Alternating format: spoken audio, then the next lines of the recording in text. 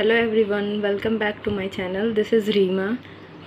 हम क्लास 8 के साइंस पढ़ रहे थे। इसमें फर्स्ट चैप्टर का नेम है क्रॉप प्रोडक्शन एंड मैनेजमेंट। इसमें कुछ टॉपिक रह गए थे, आज हम उसे कवर करेंगे। टॉपिक को स्टार्ट करने से पहले आप मेरे चैनल को सब्सक्राइब कर लें और मेरी वीडियो को लाइक भी करें। और इस चैप्टर से रिलेटेड जो भी वीडियोज़ हैं वो आपको मेरे चैनल के प्लेलिस्ट में मिल जाएंगी। हमने कल इसमें टॉपिक पढ़ा था हार्वेस्टिंग में मैंने आपको बताया था कि जब क्रॉप मैच्योर हो जाते हैं तो उसकी कटिंग को ही हम हार्वेस्टिंग कहते हैं। नेक्स्ट अब क्या करते हैं, हम ग्रेन्स को स्टोर करने का काम करेंगे। तो अगला टॉपिक हमें स्टोरेज पढ़ना है। Storage of produce is an important task. If the harvested grain are to be kept for longer time they should be safe from moisture, insect, rat and micro organism. जो भी हमने अनाज उगाया है उसको स्टोर करना बहुत ही ज़्यादा इम्पॉर्टेंट टास्क होता है। इसको हमें मॉइस्चर ना लगे, इसमें इंसेक्ट ना लगे, रैट्स, माइक्रो ऑर्गेनिज्म इन हमारे ग्रेन्स को ख़राब ना करे। इससे हमें क्या करना होता है, बचाने के लिए इनको स्टोरेज करना होता है। Harvested grain have more moisture. If freshly harvested grains are stored without drying, they may be get spoiled or attacked by organisms, making them unfit for use or for germination. अगर हम इन grains को अगर हम अच्छी तरीके से सुखा के इनको स्टोर नहीं करते तो ये ख़राब हो जाएंगे, या तो इन्हें कोई इनमें फंगस लग जाएगा, ये ग्रेन स्पॉइल्ड हो जाएंगे।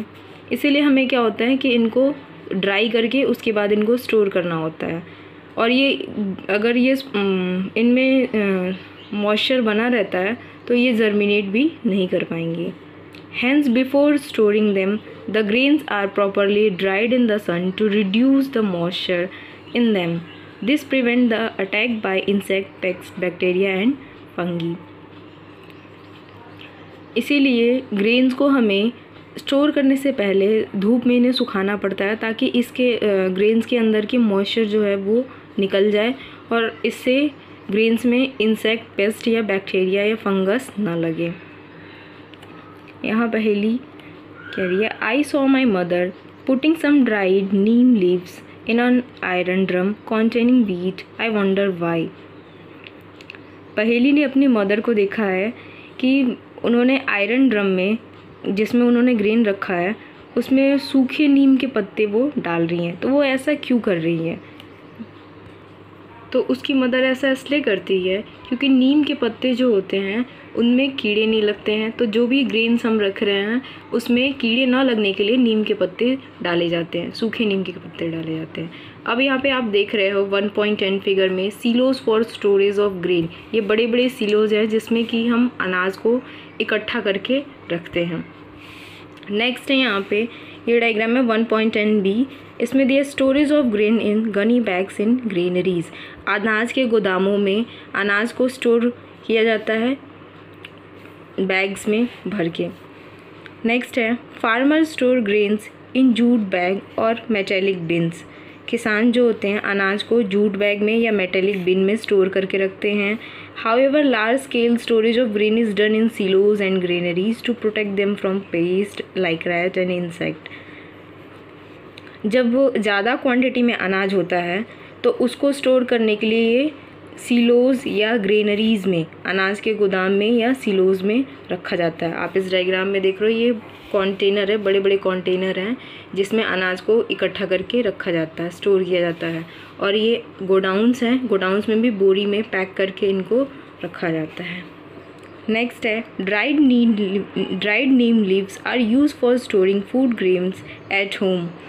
घर पे जो लोग अपने फूड ग्रेन्स को स्टोर करते हैं वो उनमें सूखे नीम के पत्ते डाल देते हैं जिससे कि उनमें कीड़े ना लगे। For storing large quantity of grains in big godown specific chemical treatments are required to protect them from pest and micro organism.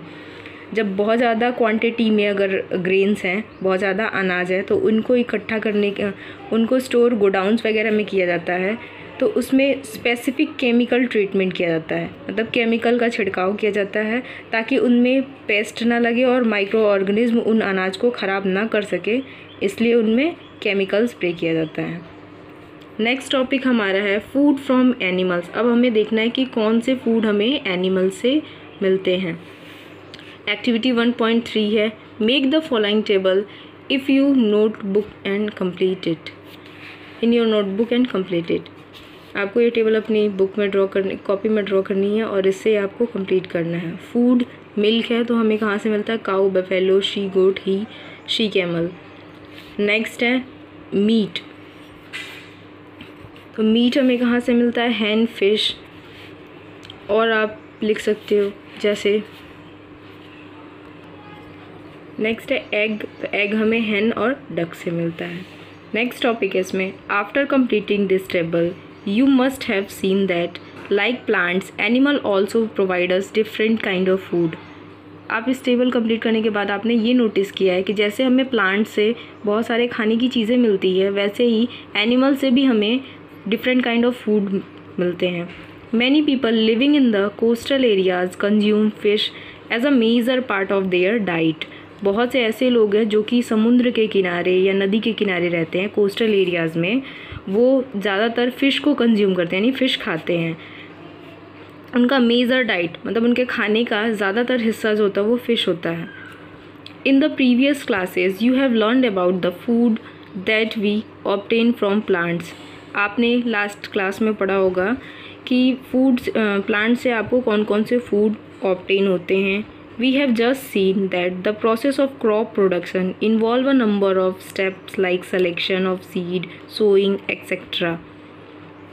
आपने देखा कि क्रॉप प्रोडक्शन में हमें डिफरेंट काइंड ऑफ स्टेप से होना पड़ता है, गुजरना पड़ता है। जैसे पहले हमें सीड को सेलेक्ट करना होता है, फिर उनको बीज में ज़मीन में लगाना होता है बीज को, जिसको हम सोइंग बोलते हैं। फिर उनमें इरिगेशन करना पड़ता है। ऐसे अलग अलग स्टेप्स हैं जो कि आपने इस चैप्टर में पढ़े हैं। Similarly, animals reared at home or in farms have to be provided with proper food, shelter and care.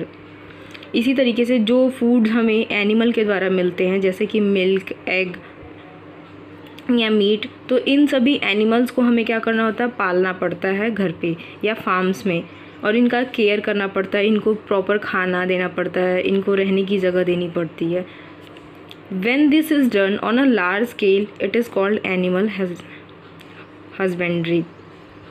जब हम जानवरों को ज़्यादा क्वांटिटी में बड़े स्केल पे इनको पालते हैं, इनकी देखभाल करते हैं अपने बिजनेस के पर्पज़ से, तो इसे हम एनिमल हस्बेंड्री कहते हैं।